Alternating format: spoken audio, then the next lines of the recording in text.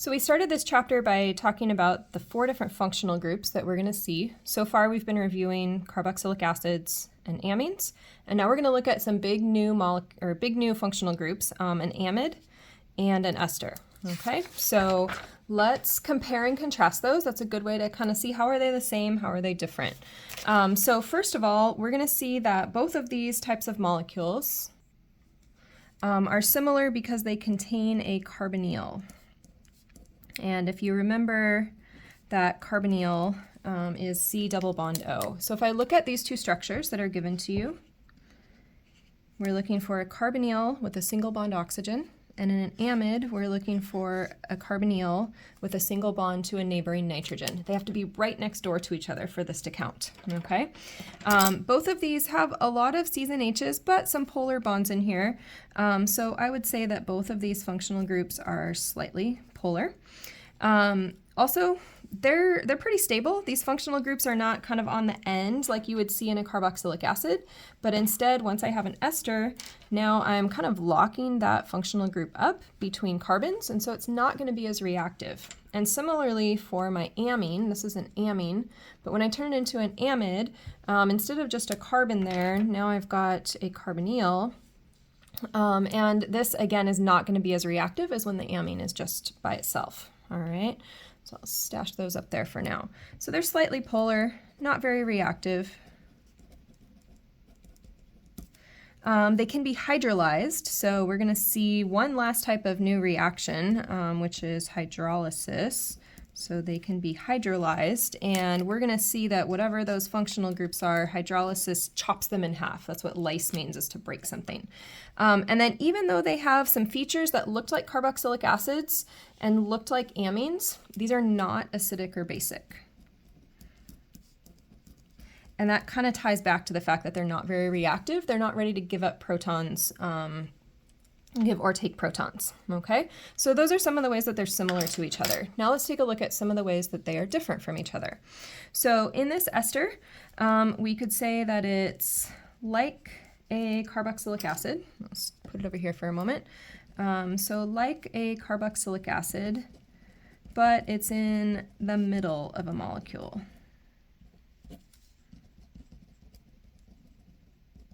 Okay, so carbonyl to an O, but it's got carbons on either side of it. And if I were to draw this in a skeletal structure, we could do that and also kind of see how it's in the middle. So first carbon, keep your zigzag up to the second carbon, which is double bonded to an O, single bonded to an O, and then I have 2 points after that, so up and down. And you can kind of see that zigzag feature when I build it out, right? Going up to the carbonyl and then down and up, and I continue the zigzag. These are going to be an important link in triglycerides, and that's going to be a type of lipid that we see in chapter 15. And so here's a triglyceride down here at the bottom, and you can see these esters are holding the 3 tails onto the triglyceride. So that's somewhere where we're going to see this again. And then kind of like we started to talk about in the middle, these are not acidic, and also these are not an ether.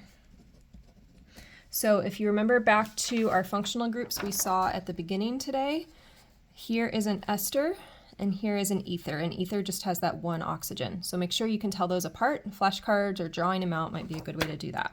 All right, so that was an ester. Now let's take a look at an amide, okay? So an amide, and I'm just gonna pop a carbon on here to make a slightly different amide. But you can see how these are fairly similar to each other. I'm gonna spin this around.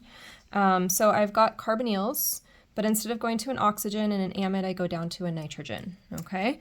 So these are, we could say, like an amine, but with a carbonyl next to them.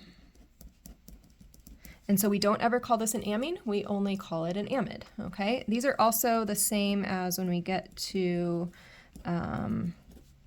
chapter 16, peptide bond, okay? And so like we saw over here, triglycerides are where we'll find esters. Our amides are going to be the link in proteins. And like I just said up here, a peptide bond is what holds our proteins together. So if I take a look down here to this little fragment of a protein, you can see carbonyl NH, and that is my amide right there. But it's got a lot of other stuff around it. A couple other things to think about here. The number of hydrogens on the nitrogen can vary.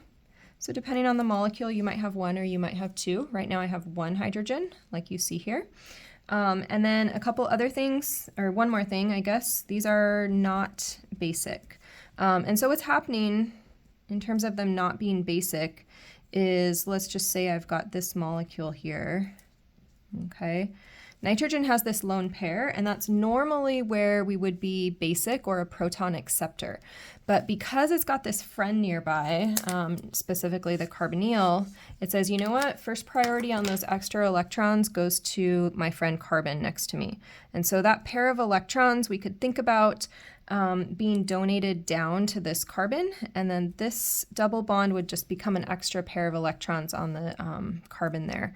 So we actually have what we call resonance structures, or another way that this could be put together, where we would have O with the negative, and then that double bond would be here.